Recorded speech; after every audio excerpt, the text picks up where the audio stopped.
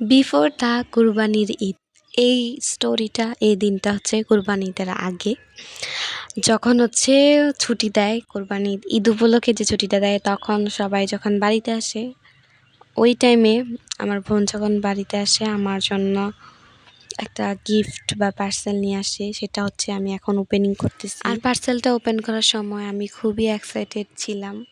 আর এটা খুব সুন্দরভাবে র্যাপিং করে দিছে, যদিও আমি জানতাম এটার ভিতরে কি আছে। Let's start it. যদি শুরুতেই বলে দেই তাহলে তো আনন্দ বা এক্সাইটেডটাই চলে গেল, তাই না? তো হ্যাঁ, ঘটনা যেখান থেকে শুরু করছি, এই পার্সেলটা হচ্ছে আমি আর আমার বোন মিলে, দুজনের ভাগ আছে এটার মধ্যে, দুজনে মিলে অর্ডার দিই, বাট ঘরের কেউ জানে না সেটা। তো আমরা তাড়াতাড়ি করে আপু আসার পর যাতে কেউ না দেখে তার জন্য খুব দ্রুত কাটছিলাম, তাড়াতাড়ি করে কাটার চেষ্টা করতেছিলাম আর কি। আর এটাও মাথার মধ্যে রাখছিলাম যে র্যাপিং পেপারটা নষ্ট করা যাবে না, কারণ বাঙালি মায়ের সন্তান আমরা, তো এটাকে আমরা পরবর্তীতে অন্য কোনো কাজে চালিয়ে দিব।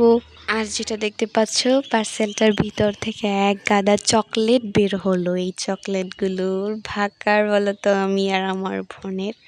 যদিও এই চকলেটগুলো অলরেডি শেষ, জাস্ট একটা চকলেট মনে হয় বাকি আছে। চকলেটগুলো দেখার পর তাড়াতাড়ি করে ওই বক্সের ভিতরে ঢুকিয়ে ফেলছিলাম, কারণ দেখলেই সর্বনাশ। তারপর ওই দিন ওই রাত্রেবেলা ওই নুডলস, তারপর তালের শ্বাস, তারপর চকলেট, মানে সামথিং অনেক কিছু হচ্ছে ওর জন্য ম্যানেজ করা হয়। আসলে তো এগুলো আর খাইতে পারে না, তো আমরা বাসায় বসে বসে মজা করে খাই। ও আসার পর হচ্ছে এই নুডলসটা স্পেশালভাবে রান্না করে, যদিও এটা একটু মজা ছিল না। যদি আলাদাভাবে বলতে চাই তাহলে যদি বলি, ওই যে ডিমগুলা দেখতেছো, ওইগুলো হচ্ছে কয়েকটা কোয়েল পাখি ডিম। আর ওই যে ডেকোরেশনের জন্য সে হচ্ছে উপর দিয়ে কিছু চিলি ফ্লেক্স আর কি মশলা টশলা চড়াই দিছে। একটু মজা ছিল না, খুবই বাজে ছিল।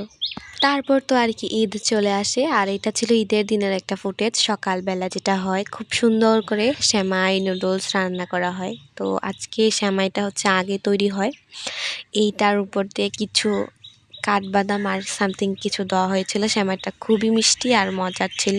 আর এটা ছিল আমার ঈদের ড্রেস আপ। ফকিন্নি মার্কায় কিছুক্ষণ হচ্ছে আয়নার মধ্যে ফুটেজ নেই, কারণ যাওয়ার তো কোনো জায়গা নেই। সামটাইম মানে ঈদের সময় যেটা হয়, ঘুম থেকে উঠি, গোসল করি, খাবার খাই, তারপর শুই, তারপর মোবাইল দেখি, এইভাবে কেটে যায় আমাদের ঈদগুলো।